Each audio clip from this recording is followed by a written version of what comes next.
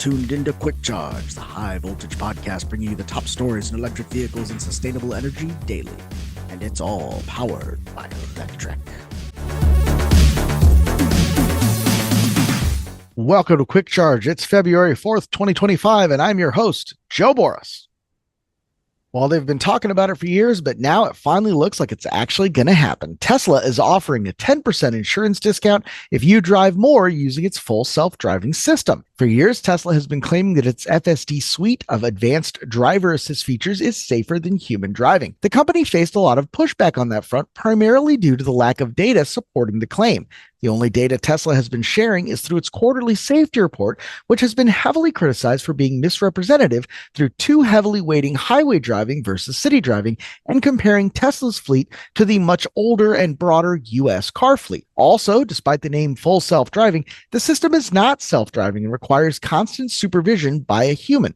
That means that when Tesla claims that FSD is safer than human driving, it is actually claiming that a human driver with FSD is safer than a human driver without it, which is obviously a big difference. And again, there's no evidence to prove it either way. But Tesla is now at least putting some of its money on that claim. Tesla's own insurance product, which is available in a few US states, is starting to offer a small discount if you use FSD. The company wrote, quote, Tesla Insurance offers a discount to Tesla owners who have purchased or are subscribed to full self-driving supervised. The more you drive with FSD enabled, the bigger the discount is on your insurance premium. The offer is currently only available in Arizona and Texas.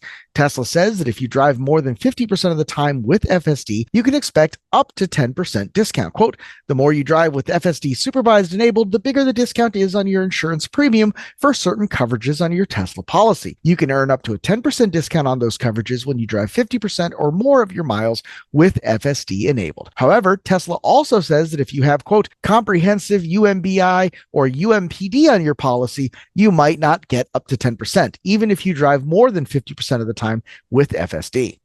Regardless of the fine print, any discount on insurance is good, especially when you're looking to buy a new car. And if you're looking to buy one of Tesla's Model Ys, the best-selling EV in the world, you might be excited about the newly redesigned model, which our own Michael Burkhardt has been able to find at one of 17 showrooms across the US. Now, he gets into really good detail talking about his experience at the Tesla store, talking about his experience with the vehicle itself. I'm just going to go straight to his final thoughts and refer you to the show notes so that you can check out the entire excellent article. His comments are, it's a nice refresh. For now, Tesla only sells the new Model Y as a launch series model, coming in at $59,990 for the long-range all-wheel drive configuration. At this price, you get full self-driving included, an acceleration boost, and the tow package. Launch series models also have a special badge on the rear, alongside a puddle light, a more premium interior, and special launch badging around the vehicle.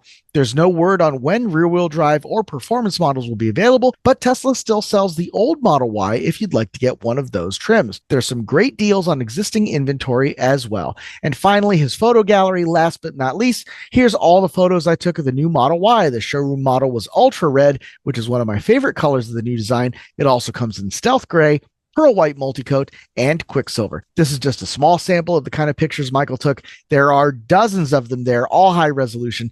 Definitely go over and check them out. Now, we expect the new Model Y to be a hot seller, not only for Tesla, but compared to every other EV as well, because let's face it, the Model Y sits in that perfect 5-passenger crossover configuration that seems to be the most popular type of vehicle anywhere you go. And one person who hopes that it sells really well is Tesla CEO Elon Musk. And that's especially true today because there's finally some movement on the Tesla shareholder group to fire Elon Musk. This is according to Fred Lambert, our resident Tesla expert, who writes, there finally appears to be some Tesla shareholder momentum to fire Elon Musk from the company after years of concerns being ignored by the board and most shareholders. Currently, the most popular post on the Tesla Investor Club on Reddit, which is one of the biggest Tesla shareholder communities, is about removing Musk as CEO of Tesla. There have been a few of these posts getting traction over the last few weeks as well. The post also makes the argument that Musk is not following his own guiding principles when it comes to work dedication. Assuming few things: 1, Musk is good at keeping organizations focused on long-term, hard-to-reach goals. 2, Musk is good at managing engineering teams. 3, taking Musk's own words as truth, management and engineers co-locating with production and in-person at the office interactions are net positive. And number 4, taking Musk's own words as truth, employees not willing to do number 3, should move on. Musk is not doing number 3 and thus is no longer performing number 1 and number 2 at Tesla for the mission. Additionally, by his own logic, he is now in the group of employees that were let go, number 4. That's not a bad argument. That in addition to virtually leading 6 companies and working out of the White House for his new Doge government department, he was caught literally tweeting about non-Tesla news in the middle of the Tesla earnings call last week. So yeah, I think he's hoping that the Model Y is going to be a good seller. But if you're in the market for an EV and you don't want to get a Tesla, there are plenty of great options out there, including the Volvo EX30. Volvo's EX30 was the 3rd top-selling EV in Europe last year and was, of course, Electrek's pick for EV of 2024. You can now officially buy one in the US. These have been at dealers for a couple of weeks as demo models. You can now drive over there to the Volvo store and take one home today. We'll have some links to that in the show notes over at electrek.co. Not necessarily in YouTube. Most of our listeners are still on Apple Podcasts and Spotify. So if you're listening to that, you're wondering where all these mythical show notes are, they're at electrek.co under the category Quick Charge Podcast. If you want something a little bit bigger, you're looking for something as an alternative to the Model X, you want something still from a startup-y brand, Lucid's EV sales have climbed 50% in January after the launch of its new Gravity electric SUV. If you've never driven a Lucid, I think you'll find that the fit and finish, the quality of the paint is on par with anything that you'll see from Mercedes-Benz or BMW, and definitely, I think, a step up for the Model X. I don't even think the most ardent Tesla fans would argue that that's got superior build quality to the Lucid. Fantastic machine. Go check that out. And if you're looking for something from a legacy brand, Volkswagen just revealed the 2025 ID4's initial pricing and trim. We've got it broken down from all the vehicles being built at the Chattanooga, Tennessee plant, which has restarted production of its 82 kilowatt hour models with 62 kilowatt hour versions following up later. The entry models start for $45,095 for the rear wheel drive Pro versions and $48,995 at all wheel drive. There's a full breakdown for different features and trim levels, so definitely go check that out. Now, finally, we like to end these shows talking about sustainability, talking about the grid, talking about energy. Today is no different.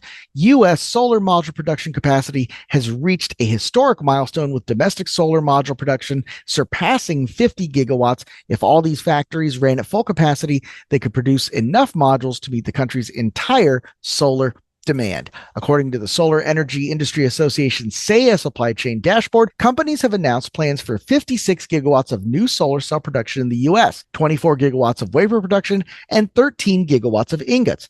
Meanwhile, domestic solar tracker manufacturing capacity has now topped 80 gigawatts. SAEA President and CEO Abigail Ross Hopper said, quote, "Reaching 50 gigawatts of domestic solar manufacturing capacity is a testament to what we can achieve with smart, business-friendly public policies in place.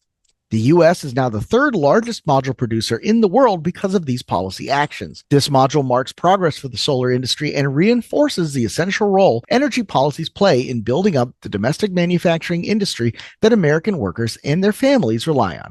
SAEA first set a goal in 2020 to reach 50 gigawatts of solar module production capacity by 2030, enough power output to match 27 Hoover dams. That goal spanned the entire solar supply chain from modules and cells to ingots, wafers, polysilicon, trackers, and inverters. So we are well ahead of schedule. That is good news. And let's face it, we could all use some good news right now. Be sure to like and subscribe, and we'll be sure to try to bring you more good news throughout the month of February.